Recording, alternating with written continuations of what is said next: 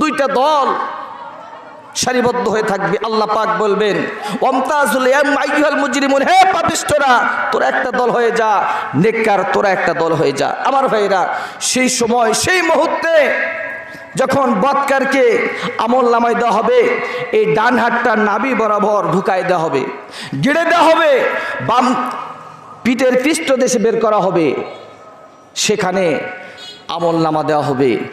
তাহলে চিন্তা করে দেখেন আমাদের আমল নামায় ডান হাতে আসবে নাকি বাম হাতে আসবে, এটা চিন্তার বিষয় আছে না নাই আমাদের?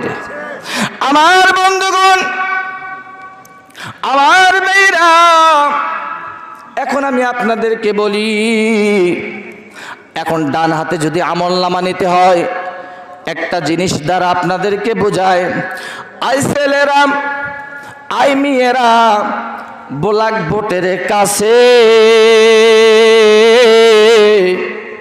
আমার সঙ্গে পড়েন, আই ছেলেরা, আই মেয়েরা, ব্ল্যাক বোর্ডের কাছে আলিফ বা তাসা লেখার সুন্দর সুন্দর নিয়ম আছে। এই পড়াগুলি মাদ্রাসাতে হয় কি হয় না? পড়েন, আই ছেলেরা, আই মেয়েরা, ব্ল্যাক বোর্ডের কাছে আলিফ বা তাসা লেখার সুন্দর সুন্দর নিয়ম আছে। উপরের দিকে লেখা টেনে নিচের দিকে যান, এমন একটা আলিফ হলো, দেখো রে ভাগ্যবান। আল্লাহু আকবার বলেন। উপরের দিকে লেখা টেনে নিচের দিকে যান, এমন একটা আলিফ হলো, দেখো রে ভাগ্যবান। ডান দিক থেকে লেখা টেনে বাম দিকে যা,